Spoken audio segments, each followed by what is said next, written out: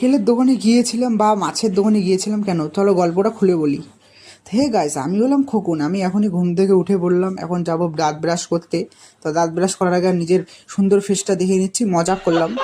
তো এখন দাঁত ব্রাশ করি চলো। তো দাঁত ব্রাশ করতে যাচ্ছি, মা বললো একটু সর ওখান থেকে, আমি পুজো দিই তারপরে ব্রাশ কর। তো মা এখানে পুজো দিচ্ছে, তা আমি সাইডে দাঁড়িয়ে ব্রাশ করছি। তো ব্রাশটা এখনই শেষ করলাম, এখন শেষ করে বাইরের একটু মৌসামটা দেখছি। আজকে বৃষ্টি বৃষ্টি মৌসাম, ভিউটা দেখো বাইরের। তো বন্ধু একটা আমাকে ফোন করলো, বললো আয় বাইরে আয়, এক জায়গায় যাবো। আমি বললাম ঠিক আছে, আমি যাচ্ছি, তুই আয়। তো আমি মাঠের দিকে যাচ্ছি, ওর যে এক্সটেন্ডার নিয়ে দাঁড়িয়ে আছে, তো যাই চলো, তারপরে দেখি কোথায় যায় ও। তো ওর গাড়িতে বসে পড়েছি, ও আগে চলাচ্ছে, আমি পিছনে বসে আছি। কিন্তু রাস্তা বন্ধুরা বলবো অসাধারণ রাস্তা, এত সুন্দর রাস্তা। আর আমার গার্লফ্রেন্ডের মতো ধোকা দিয়ে দিল এই গাড়িটা ওর। তো এখন ঠিক করি চলো, ঠিক হয়ে গেছে, এখন যাব আমরা।